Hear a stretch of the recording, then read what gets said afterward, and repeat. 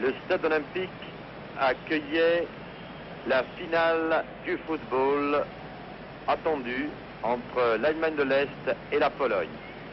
La pelouse transpercée par les javelots, écorchée par les pointes, meurtrie par le froid, labourée par les crampons et pour tout arranger, gorgée d'eau. Et 70 000 spectateurs pour ce match de soccer. Voilà, ce match qui oppose l'équipe de Pologne, qui joue en maillot rouge, en sombre, à gauche, sur votre écran, alors que l'équipe de la RDA, République démocratique allemande, Allemagne de l'Est, joue en maillot blanc. Dès la finale, la Pologne détient le titre de champion olympique et à Munich, l'Allemagne de l'Est avait terminé à la 3e place ex aequo avec l'URSS, avait donc conquis la médaille de bronze. Vous voyez qu'il a beaucoup plu hier soir sur le stade de Montréal. Et vous voyez les Allemands à l'attaque, personne numéro 8, surveillez-le bien, c'est sans doute le meilleur joueur de cette équipe, il s'agit de Hafner. Et une absence de marque dans l'équipe polonaise, l'absence de Gorgon, le numéro 3, la tour de défense habituelle de cette équipe. Vous voyez Hoffmann qui tire sur le poteau. Hoffmann, les négociants allemands qui tirent sur le poteau, et c'est Dorner qui a réussi à dégager, alors que vous pouvez constater que Hoffmann était presque seul. Il avait débordé cette défense polonaise, effectivement, qui est handicapée par le fait que Gorgon, sa tour de défense est absent. Gorgon a été remplacé par le numéro 14, Ziezorek. Gorgon est blessé. Et vous voyez maintenant Zimanowski, le numéro 2 polonais, pour le 14 Ziezorek, précisément, qui est très offensif en ce début de match. Bouda, dans cette équipe de Pologne, Bouda encore. Vous reconnaîtrez au passage la plupart des noms qui ont brillé à Munich il y a 2 ans. Toujours à Munich, mais il y a 2 ans, pour la Coupe du Monde de football. Tomaszewski, le gardien de but, le numéro 1. Zimanowski, le numéro 2. Il y a Bouda, il y a Mazik, il y a Lato, Kasperzak, Zarmar. Seul manque Gadosha, le joueur de Nantes, le Polonais qui est maintenant professionnel à Nantes. Alors le numéro 3, Dorner, de l'Allemagne de l'Est, le joueur qui nous a fait très forte impression à la fois contre la France et aussi contre l'URSS en demi-finale. Et les Allemands de l'Est pratiquent un football très agréable. Alors que vous avez vu Zarmar là. Un centre de Mazik, reprise de la tête de Lato, mais Jürgen Kroy n'a pas du tout été inquiété. Avant cette rencontre, on a pu dire, alors qu'à nouveau Zimanowski est à l'attaque, on a pu dire que le numéro 8, c'est Kasperzak, alors que vous remarquerez aussi le numéro 9, Deina.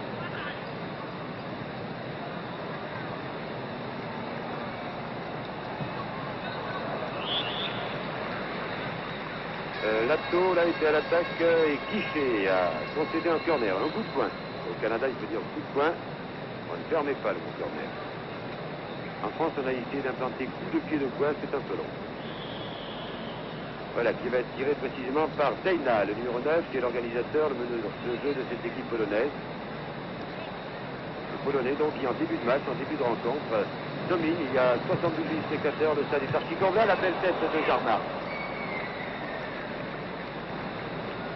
À côté. Et on a coutume à en penser avant ce match que cette rencontre opposerait le classicisme des Allemands au romantisme des Polonais. Mais on s'aperçoit que les Allemands pratiquent finalement un football beaucoup plus inspiré que l'on ne le dit ou que l'on ne le croit. Qu'on ne le croyait en tout cas, parce qu'on est obligé de se rendre à l'évidence maintenant, après avoir vu cette équipe évoluer, en particulier contre la France et contre l'URSS. C'est un nouveau football de l'Allemagne de l'Est auquel nous assistons. Vous voyez ici attaquer Rediger qui a tiré à côté. On avait l'habitude de voir une machine, on avait l'habitude de voir des joueurs solides, efficaces, ne s'embassant d'aucune fioriture. Eh bien, absolument pas. Maintenant, c'est une équipe qui a un football léché, qui a un football beaucoup plus inspiré, où on voit des actions surprenantes. Et il y a quelque chose même du football polonais. Il y a la rigueur de ce football de l'Est, que l'on retrouve un peu partout. Et il y a maintenant quelque chose de plus spectaculaire, disons, dans ce football de la Manesse, qui a conquis d'ailleurs tous les spectateurs qui ont pu assister à des matchs de l'Allemagne de l'Est. L'équipe de Pologne justifie sa réputation en début de partie, dans les toutes premières actions en tout cas. On a vu cette sorte de précision. par Darmac en particulier, que vous avez vu ici à l'œuvre, qui est le meilleur buteur pour l'instant, alors que la pluie ne cesse de tomber, redouble même d'intensité. Et je vous le disais déjà dans un reportage ultérieur, il est curieux de constater que chaque fois qu'il y a du football, il pleut à verse sur Montréal, ce qui n'est pas le cas pour les autres sports. Dena qui organise tout le jeu polonais, qui a lancé là-bas Mowlik. Intervention Rediger, très replié.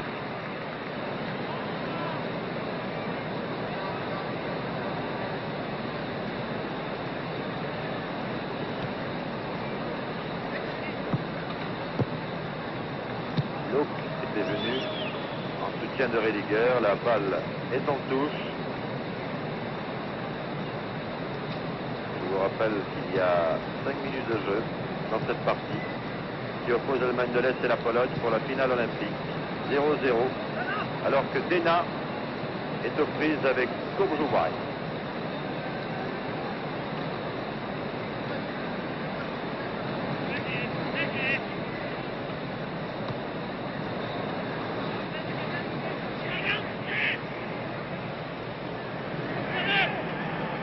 Voici les Allemands à l'attaque maintenant.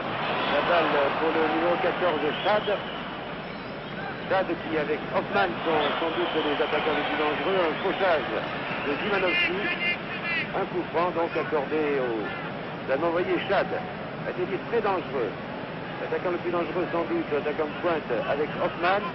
Et le fauchage, oui, c'était Kasterdak en fait qui avait fauché Chad. J'avais pensé un moment que c'était l'arrière centre de Hoffmann. La balle. Le match a débuté un tir terrible et le but, oui. à 9h45. De Chad. Chad réussit le premier but à la 7e minute. Il a vu la très belle passe de Hafner et la reprise de Chad qui permet à l'Allemagne de l'Est de mener par 1-0. Voilà le coup franc. Hafner qui contrôle la balle. The match has Qui started centre at et la reprise de 9:45. oui, voilà. Plein cadre. Tomasinski est battu. Un très beau but marqué par Chad, le numéro 14.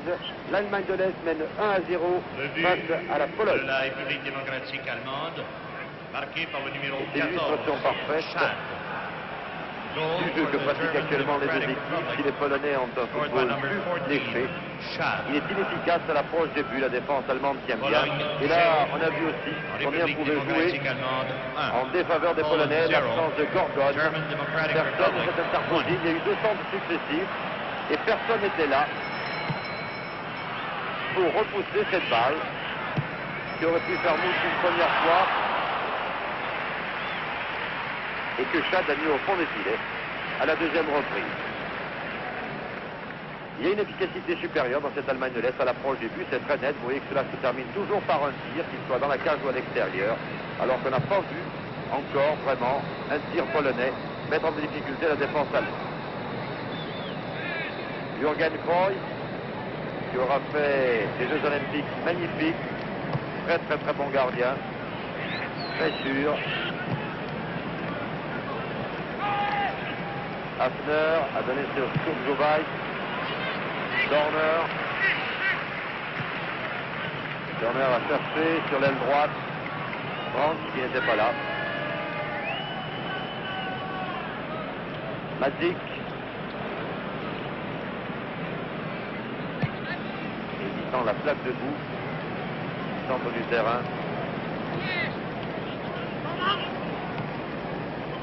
Et non, les Allemands sont les premiers sur la balle, surtout à l'approche de la surface de réparation. Difficile de lutter avec ses arrières très solides de l'Allemagne de l'Est. Dorner, Weiss.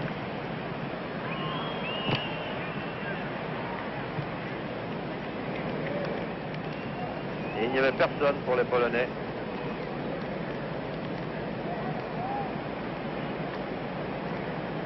La caméra qui est installée sur la grue au-dessus du stade. Et nous revoyons le but. Nous revoyons le but de tout à l'heure de Chad. Vu d'en haut. Cela arrive souvent, plein jeu comme ça. Souvent le réalisateur donne les buts de la partie, mais bien plus tard. Corner et dégagement de la défense allemande, un peu n'importe comment.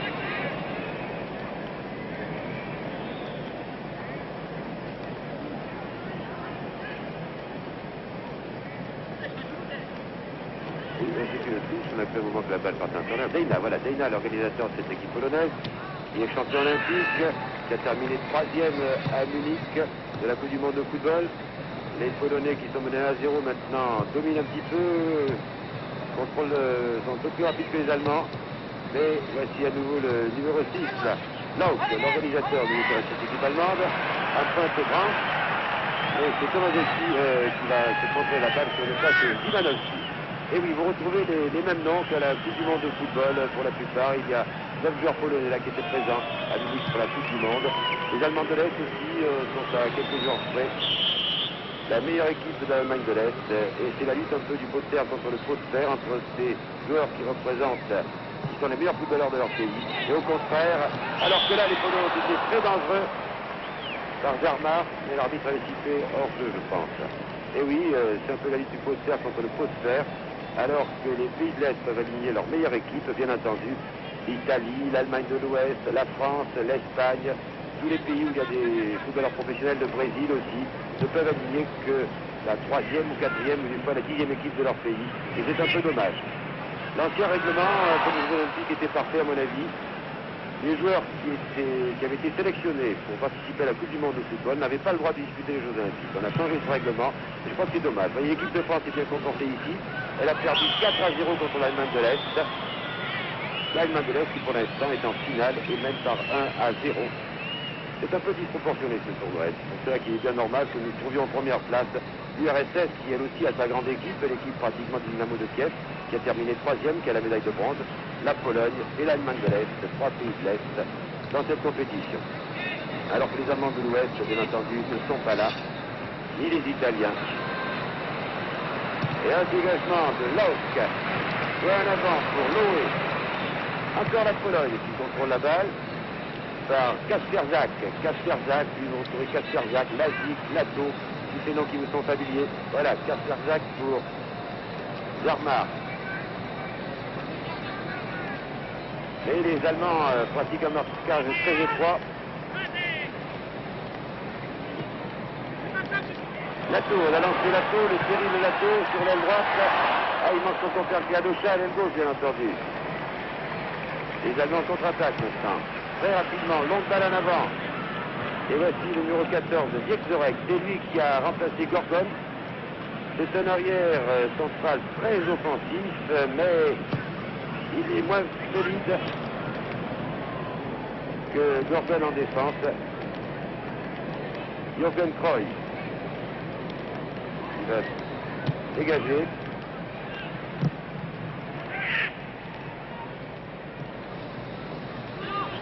Kourjouvaït, qui avec le numéro 6, Lauk, organise le jeu au centre du terrain, numéro 14, Chad. Là, un faussage, une faute de l'arbitre a continué, il a raison. Car c'est Hoffmann qui a la balle. Kourjouvaït.